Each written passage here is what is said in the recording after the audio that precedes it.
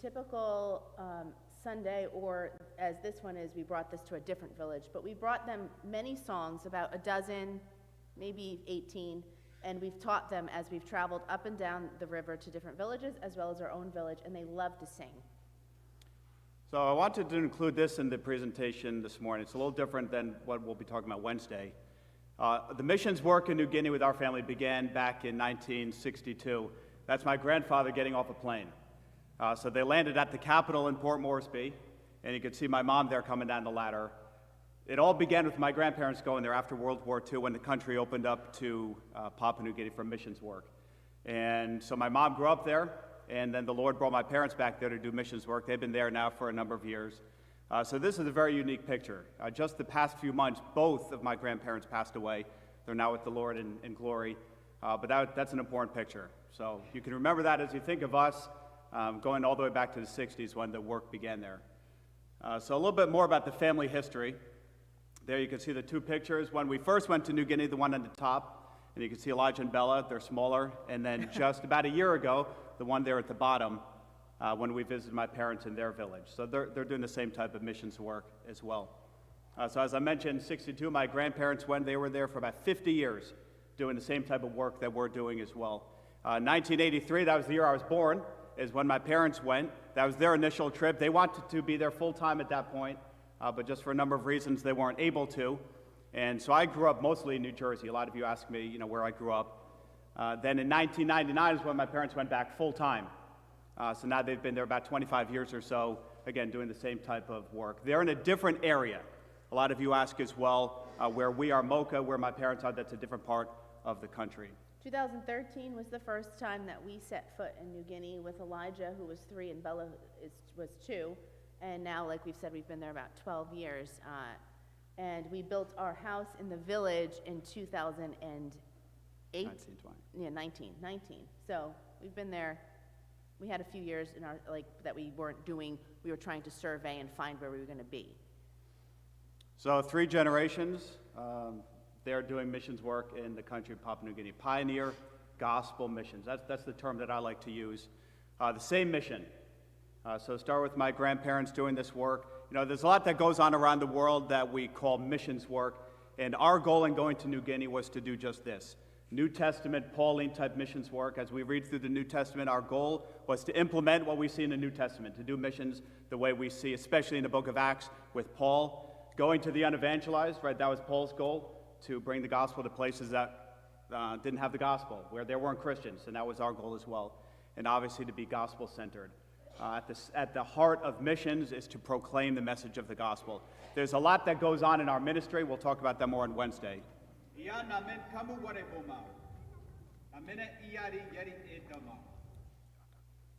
This is Caleb having a meeting. Well, we're doing a Sunday morning meeting. You see that we're not sitting behind a pulpit or on a lawn chair, and he's preaching to the people, and it can range between, on a rainy day, 4 people to 40 people. It just depends on who's going to come and hear. So here's some info on Papua New Guinea. It's the second biggest island in the world. On the east side is the country of Papua New Guinea, with a population of about 10 million or so. There's about 1,000 language groups in the country of Papua New Guinea. That's what makes it extremely unique. After India. India has the most, but New Guinea, a small country, has the second most. You can see the population of Mocha, about 300. The language group that Mocha is in, about 3,000. So that's the language group that we are seeking to evangelize, not just the village of Mocha, but the surrounding villages as well that would all speak that same language, about 3,000 people. So this is a unique picture as well. This goes back 50, 60 years. My grandparents took this picture. They still look the same now. Yeah, they don't usually put the bone through the nose anymore. That was a cultural thing years ago. But what we face that hasn't changed is the cults in the country of Papua New Guinea and also the animistic view. I've talked to some of you about the animism that these people hold to. And our goal is to bring them the gospel. That would contrast that.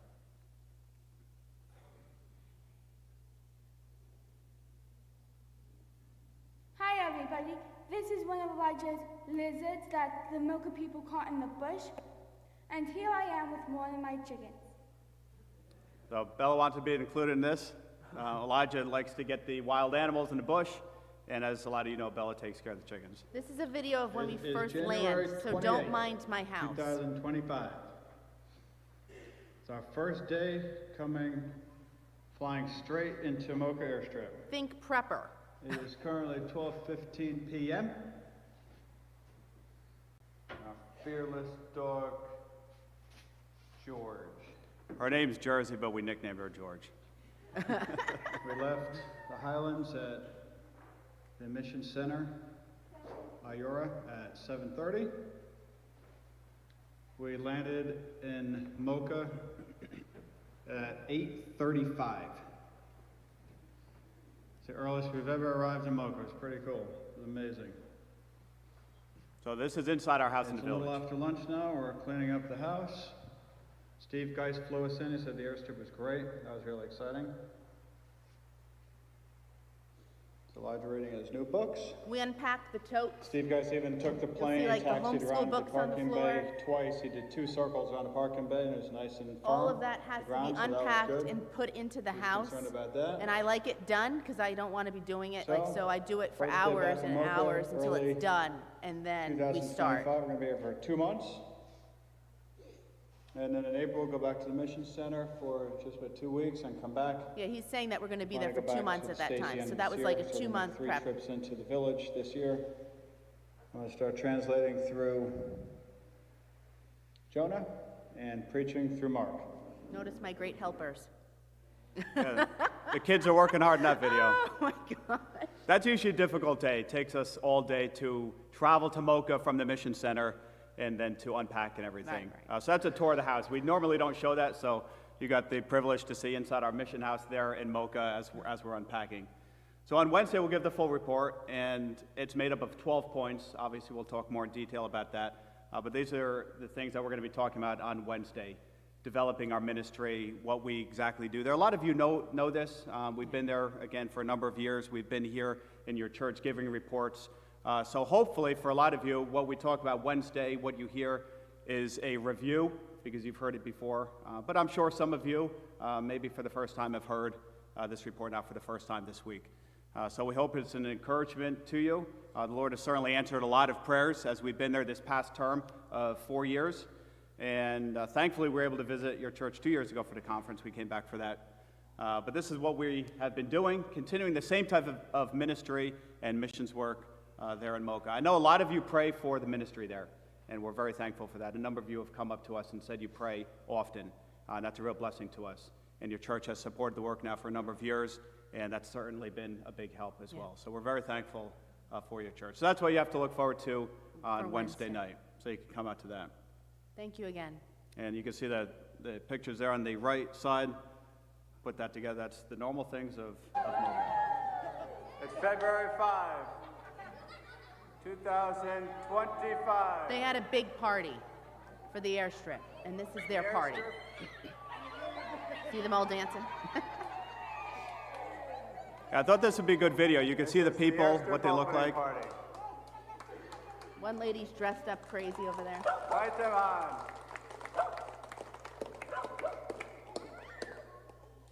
Yeah, that was a special day because we got to have the party for the airstrip, which we opened up 2024, and then the party was last year. So here's our mission website. You could talk about the things of the website there. Yeah, the website has lots of information on it, ways to send boxes, ways to pray for us, my blog that I update about. It's more like my journal. You get to know who I am, what I do, how I feel.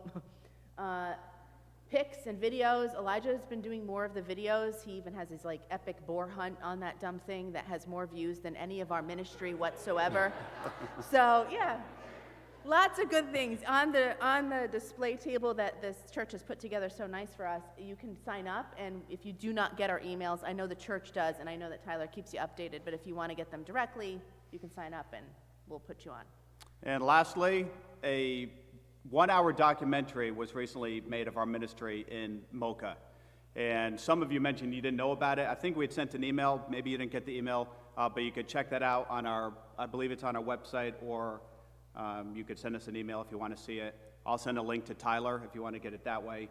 But a lot of people have been encouraged by watching that documentary as well. It'll give you even a more full description of our ministry in Mocha. So again, thank you for your partnership, and we're really happy and excited to be here this weekend with you. Thank you.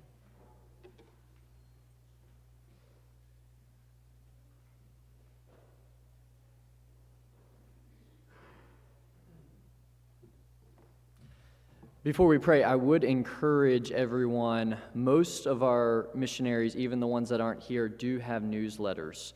And I just encourage you to sign up for them. They're normally very easy, they're not long, and it's just a really wonderful opportunity. I've tried to make it my mission to, when I get a newsletter, open it, read it, stop and pray. It's the easiest time to do it. If you think later, I'll pray, I'll try to remember these, you won't. So you open it, you pray through the points, and then what's really encouraging is when you send an email back that says, hey, brothers and sisters, just prayed for y'all. We love you and we miss you. That it's really as simple as that, and that can be very encouraging, because I know a lot of the missionaries, they actually can see how many opens on an email, and that's a discouraging thing when you send out thousands and you see there's a 6% open rate, and then you're thinking, why am I doing these emails? Is anyone reading them? So that's one way our church can really encourage missionaries that's not actually that hard and very practical. Johnson, will you pray for the Gibellos?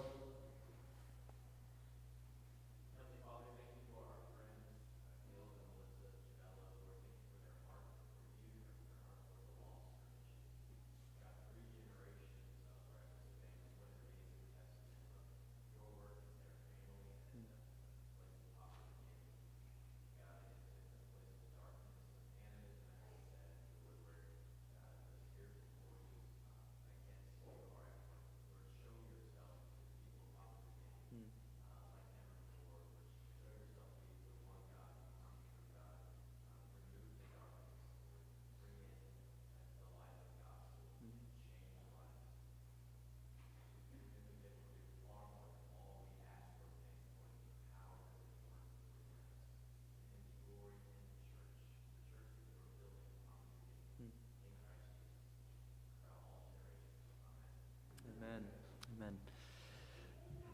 Joel and April Gass, or just Joel, or Reagan, or no.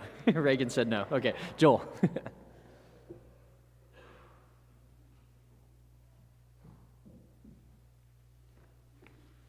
Thank you guys so much. Back on my table, I have some things, and I didn't want to be outdone by the Gibellos, so I have a lot of free books as well if you want to just take those.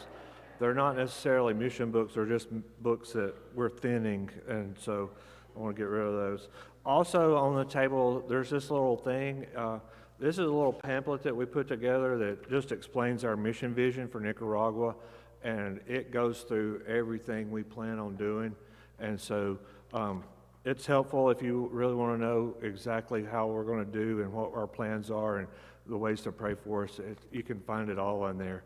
On the back of it is a little QR code for our newsletter, and that's kind of like a little blog thing I'll talk about in just a second. But April and I married 27 years ago, and we were actually married on the mission field in Costa Rica, and then we lived there for a little less than 3 years, and we found out that we were going to have Madison, and we came home, and our intent was always to be full-time missionaries, but we kind of got stuck in the United States for about 9 years as we had kids and fell into just life. And we had been investigating and trying and just trying to figure out how it would work out if we went back.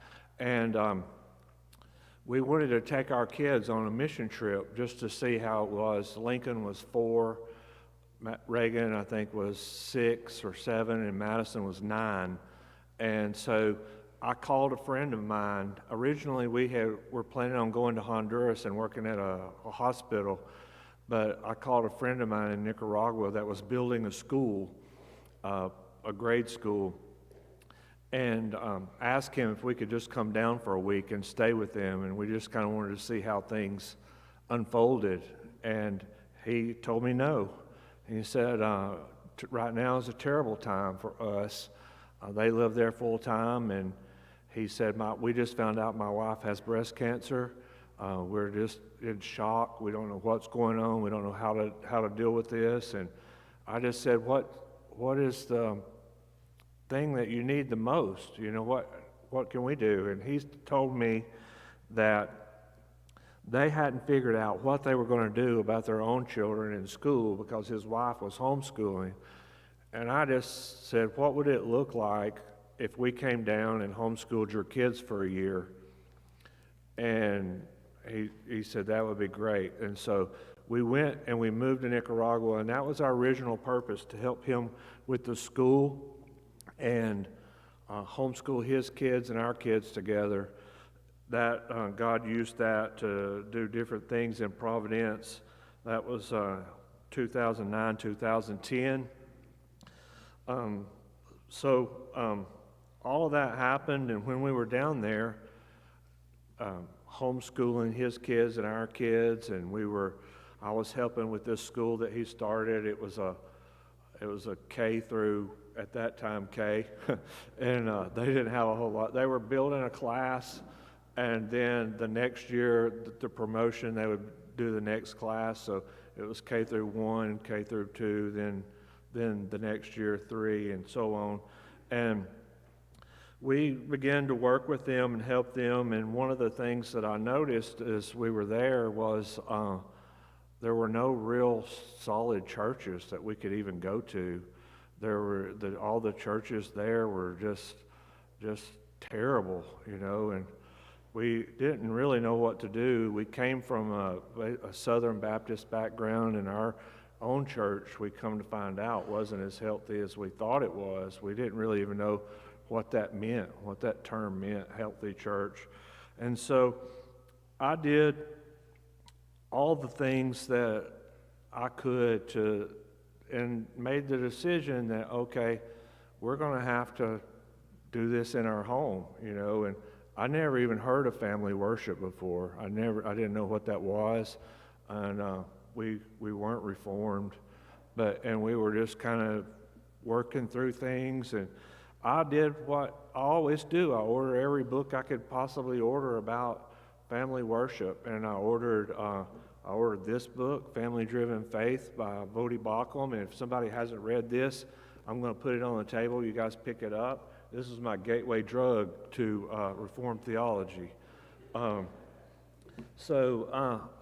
read this book. I read Donald Whitney's book. And in Providence, we were going through so many things. We were new on the mission field. We had this excitement about God's Word and all these things. And we were doing this Bible study, John Snyder's Behold Your God. I don't know if any of you guys have heard. I think y'all went through it before.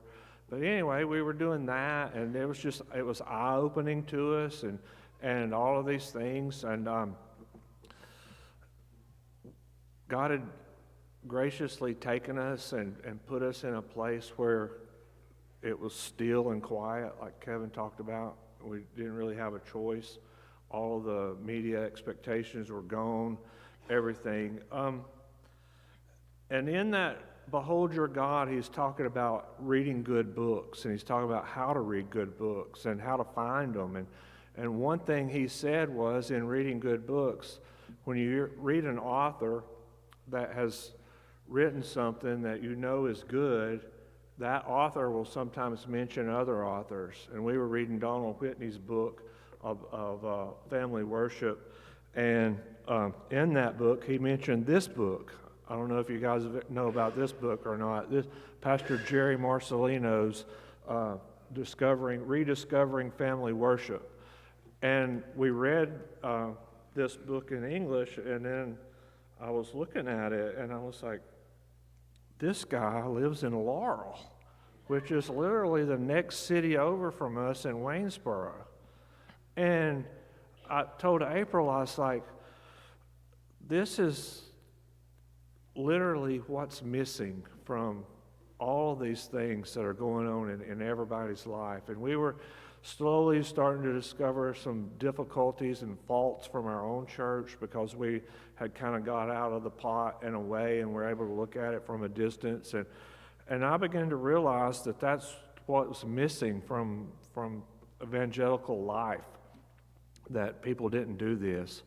And I became really excited about family worship, and I began to ask pastors into our home down there, and we began watching Paul Washer videos in Spanish, and my wife would cook, and we would have pastors come over, and they took advantage of us a lot of times. Sometimes the pastors wouldn't even come. They would just send their wives and family to eat, and we just did it, we'd invite them, and we had them, and we were trying to, and I thought, I'm going to teach these guys about family worship. And when it came back to Laurel, Mississippi, I said, well, let's just go over to Audubon Drive Bible Church, and I bet they have a library.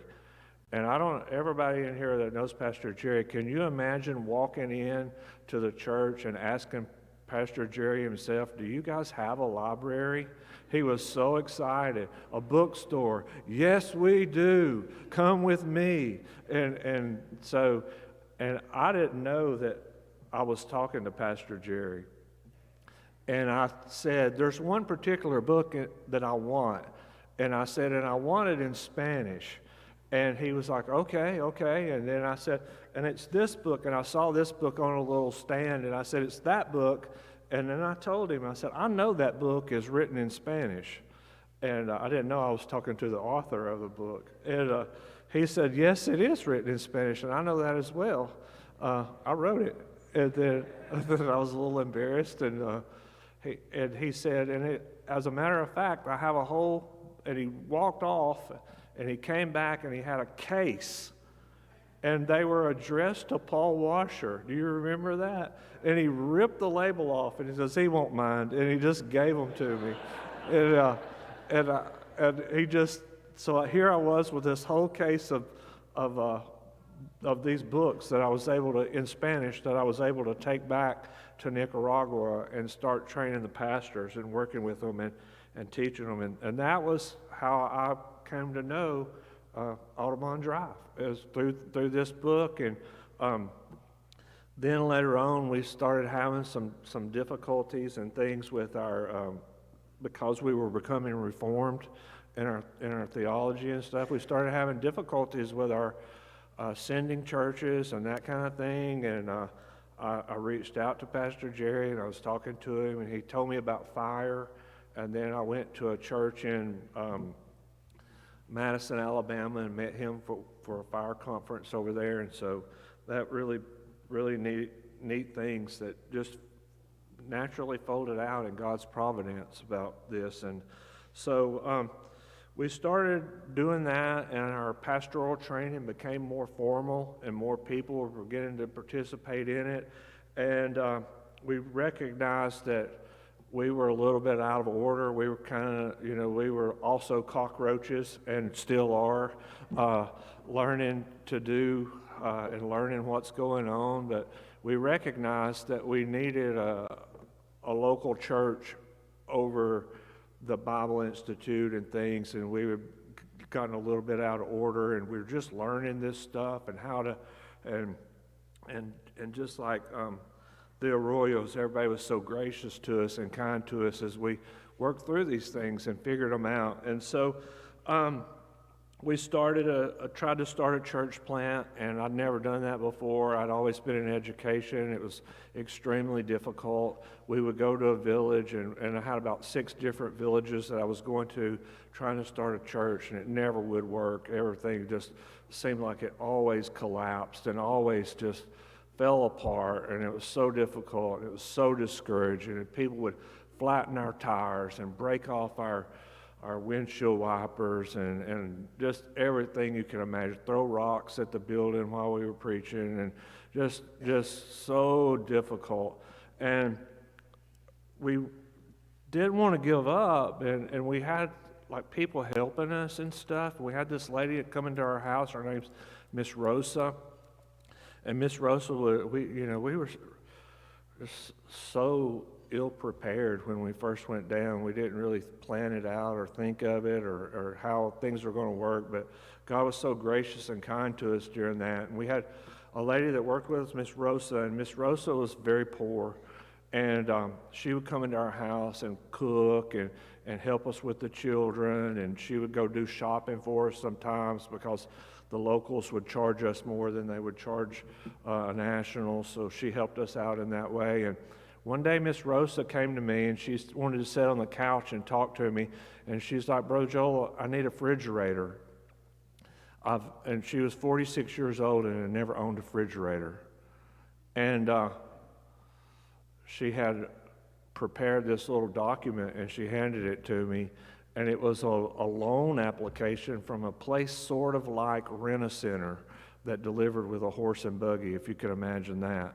But on that application, she had lied about her salary, and it wasn't what I paid. And I had this moral dilemma. The only thing stopping Rosa from getting her very first refrigerator was some ink in a pen that I was unwilling to use to sign a note of saying, and we went through this thing, and I said, "Miss Rosa, this is not true." And she said, "Oh, I know it's not true, but I have to have this, I have to say this to get the loan and these things." And it was a struggle for me to realize I was so wealthy and to realize that I had everything I could ever wanted, and there's churches even in the States that even if I needed like a crazy amount of money, even if I needed like $1,200, there was probably 10 or 15 churches, even my mom and relatives and all, that I could call, and they would easily just send me the money. No questions. I wouldn't even have to tell them what I needed. And the only person that Miss Rosa had was sitting on the couch with her that day. It was me. And I was unwilling to do it. And I was unwilling to do it because it was wrong. And I didn't sign the paper. And I told her, I was like, "It's a lie. I can't tell a lie. I don't want to lie. It's just a little, it's just a little thing, it's not, it don't mean anything. You don't have to pay me that much." I said, "Miss Rosa, I can't do it." It was the most awkward time. Silence. We sit there. I didn't know what to do. I didn't know what to say. And then I had to take Miss Rosa home because she lived a ways away. And so I got her in my van, and we had this little rule that I always have somebody go with me when it's another lady. So I hustled my kids into getting in the car with me to go, and I said, "We'll go and take Miss Rosa home." And Miss Rosa was still being sweet, and she was reading to my kids in the back as we were going. And as it happened, I had been passing out tracts in the city, and there was a tract that said, it was one of those Ray Comfort tracts, and it had that little guy on the front of it, and it said, "Are you a good person?" And it goes through the 10 Commandments. And Miss Rosa was reading that in Spanish to my children, and she opened and she read that, "Are you a good person?" And I knew what that tract said. And my knuckles turned white on the steering wheel. I knew what was coming. And Miss Rosa read out loud, "Have you ever told a lie?" And then the next page says, "How many lies do you have to tell to be a liar?" And then I heard Miss Rosa begin to weep bitterly in my van, in the back seat with my children. And Miss Rosa said, "God, forgive me, I'm a liar. God, thank you for showing me I'm a liar. God, help me, restore me." And she was praying out loud. And Miss Rosa made a profession of faith. And Miss Rosa does what every mom does when they realize the truth. The next morning, she was like, "Brother Joel, would you please talk to my son?" And she's like, and he's here. I brought him with me. And she brought in her son Luis, and we sat on the couch, and he was involved in a cult. And we talked about all these things, and we talked about the Trinity, and it was difficult, and we talked and everything, and went through this, and he was a pastor of a oneness church. And he would come, and he came, and he'd sit on my couch, and we would talk, and we would argue, and we would discuss, and he would leave, and he would come back again. And after a couple of weeks, Luis said, I resigned as a pastor of my church. And I said, why did you do that? And he said, because when we read together in Timothy the qualifications of an elder, I understood that I am not qualified to be one. And that was the first moment in the inkling of, I got the idea, this is someone I can work with. Someone who reads God's word, is convicted by it, and repents and changes his life. And over time, that's how our first church started. Miss Rosa bringing everybody she could possibly bring to talk to us. It didn't happen because of any of those villages that I went out to. It didn't happen because of all of the hard places that I was going. It happened because Miss Rosa needed a refrigerator. And I was telling that story, and we had a church, Silas First Baptist Church over in Alabama came, and they were working down there, and they said, Bro Joel, we want to get Miss Rosa a refrigerator. And we ended up buying 3 refrigerators. I always tell people I felt like Oprah. You get a refrigerator, you get a refrigerator, you get a refrigerator. But it's not a refrigerator ministry. You know, we did a lot of things. We did a lot of things wrong. We did a lot of handouts, and we did a lot of things like that. And we learned a lot on the field. You know, one time we were doing little things we called canasta básicas, little baskets of basic things for a person's home, rice, beans, oil, and all these things. And we were in this very poor village, and we were handing those out, and we thought we were doing so good. You know, we had little Bibles that we were giving people, and I went to this one home, and it was probably a value of probably $15 or $16, which is a lot for a person that makes $8 a day. And this one lady didn't want one. And I was like, why do you don't want one? And she's like, I do not want one of those. And I said, well, tell me why. And she says, because I have a store in this village, and I sell rice, and I sell beans, and I sell oil, and every time you come up there and give out these things, people don't come to my store anymore, and they don't buy things. And not only do they not buy things this week, but the stuff that I've bought spoils because they don't buy it. And it's because of you coming up here and giving stuff away. And that was a real eye-opener for me. I never thought about the implications of my giving would have on the economy of an individual that had a store. And we learned things like that, and just had a burden to do better. And God was so kind and gracious to us to help us through all those things. And as we started and we had the church, we got going, we started getting a little more formal with the Bible Institute. I was able to come and do a few more things here in the States, and I met some people who helped me get started a really neat plan. And I have this book back there on my table, if you'll pick that up and look at it.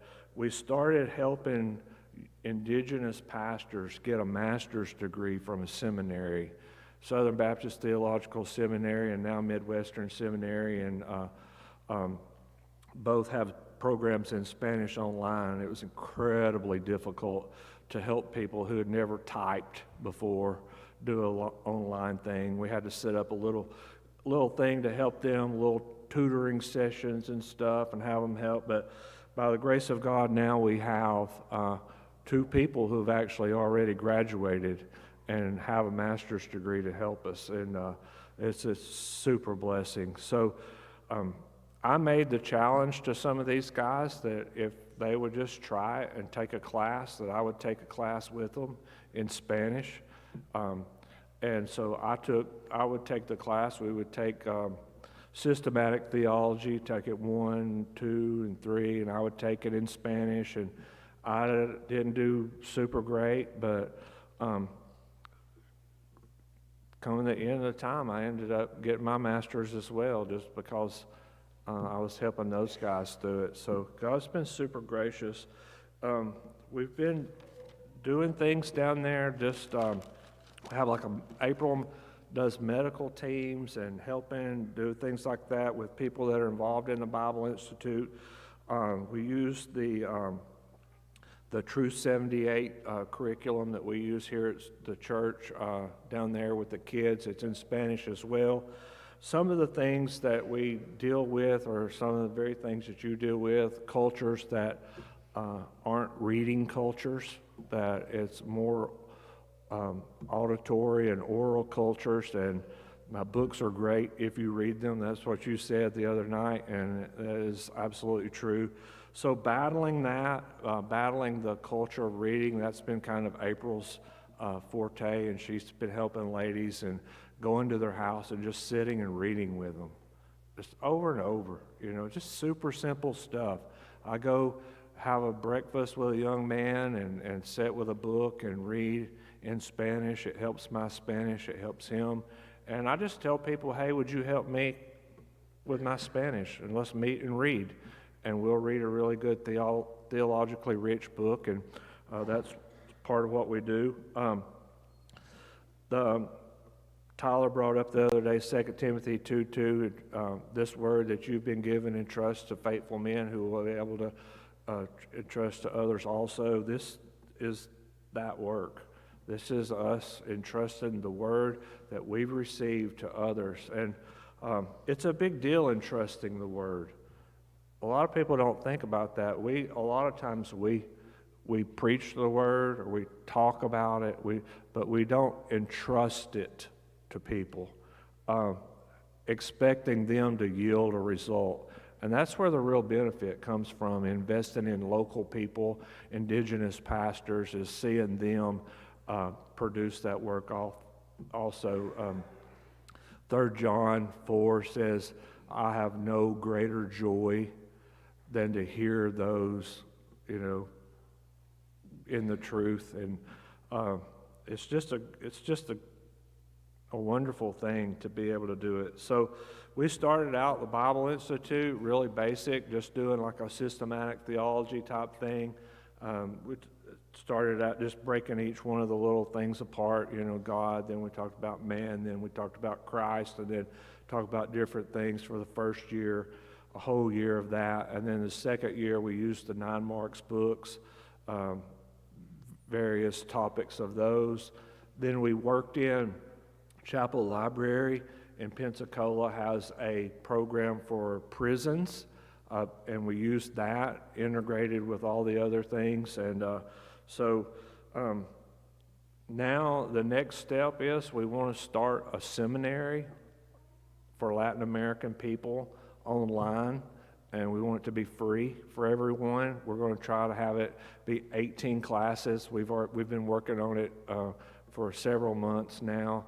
We're looking for teachers and that kind of thing to get it. So, and it's a big ask. You're asking somebody to teach a whole class, film basically 18 hours of speech, and then build around it. So we want to be prayerful about that. So that's the next thing. Nicaragua is a little bit bigger than Mississippi, and it's divided into 17 provinces. And the two, you'll see a map of it back there at the table, and 2 of them are indigenous areas on one side, and they're rather large, and then the others are smaller. And our dream is to see a healthy church in each one of those provinces, a church that glorifies God and correctly portrays the gospel and reproduces itself. And so that's our goal. That we don't necessarily want to have to plant a church, but revitalize a church, strengthen a church, or help a church to to come to where they're doctrinally sound. And so all of the stuff that we do, the Bible Institute, the medical, anything that we had, short-term teams or any of that, is geared and designed to focus into the 17 churches. So there's just crazy opportunities that God's opened up here recently for us. In the next town over in San Marcos, there's a school. That school's Kaiser University, and they teach their classes in English. And it's going to be an amazing opportunity to have people from the U.S. come down and just do little English workshops where we can sit at a table and read the Bible or do a Bible study with people. And college students will come just because they want the conversational English. And so we're really excited about that. We're working on right now doing a church plant in that city. We already have about 20 people meeting. Last time we were down in Nicaragua, we were able to visit that church plant, and it's in a person's home, and see that it's fruitful. There's people coming, and we're really blessed about that. Going before a church or a group of people and telling people, I do church planning and Bible instruction is not the most exciting thing to talk about, but one of the really neat things that has come out to play just in the recent weeks, we've started on our blog last week. I have a blog in English and in Spanish, and in Spanish it's called Recursos Reformados, and so it's Reformed Resources, and it's all kinds of free stuff, and you can go on there and just see free resources in Spanish, and Recursos Reformados. And then we're taking those sermons that the guys are doing down there, and we're making little highlights from those sermons and doing little articles and stuff. And we're translating those into English so that you guys can read those and see the benefit of what's happening to these guys that are being able to study, learn, become theologically sound. So you can actually go on and read sermons from people in Venezuela, Nicaragua, and even Cuba soon, and then one in Peru, folks that we've kind of partnered with and helped to get an education. And so these are going to be available, and not only are they helpful for you to see the benefit of them being able to do it, but they're good. I mean, they're good sermons, and they'll benefit you spiritually as well. So we're thankful about that. Mission conference like this, it's such a blessing to come. I was talking to Ryan at the table the other night and some other things. It's been encouragement for me. But I want to challenge you guys.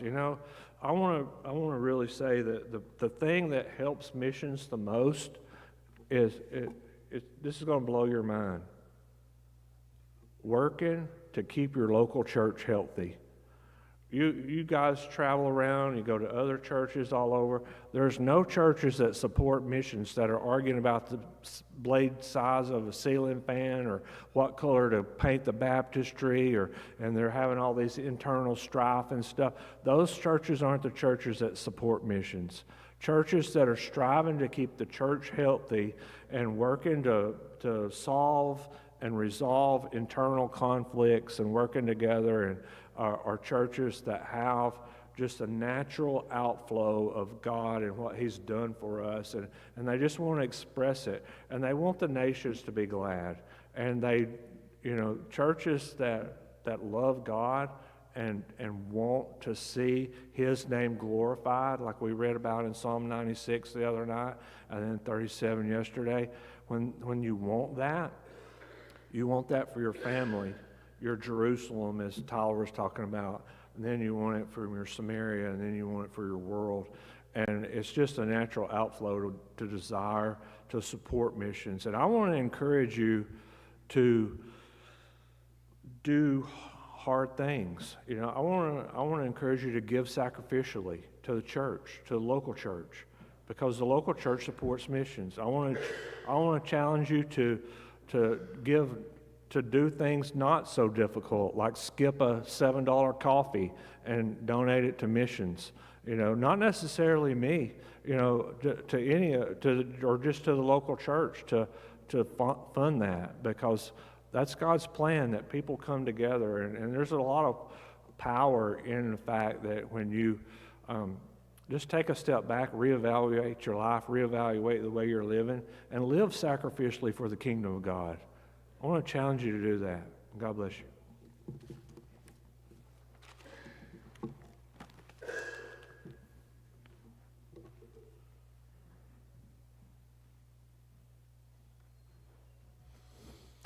We love the Gas family.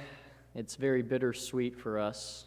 I think we would try to keep you, maybe if we could, but we also see your heart and where it is, and so we're just thankful to be partnered with you guys. We love y'all. Ryan Wicks, will you pray for the Gas family? We also pray for our church in the same way Joel just challenged us, that we would be all about the kingdom wherever it is.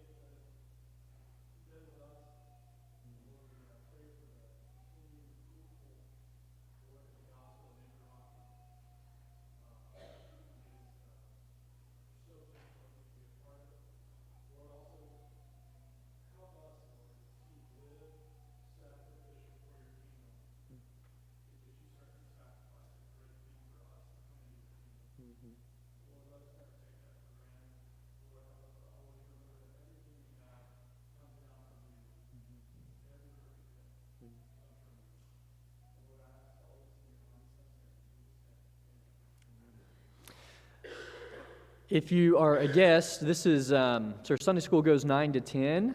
The worship service starts at 10:30, so you've got about 25 minutes.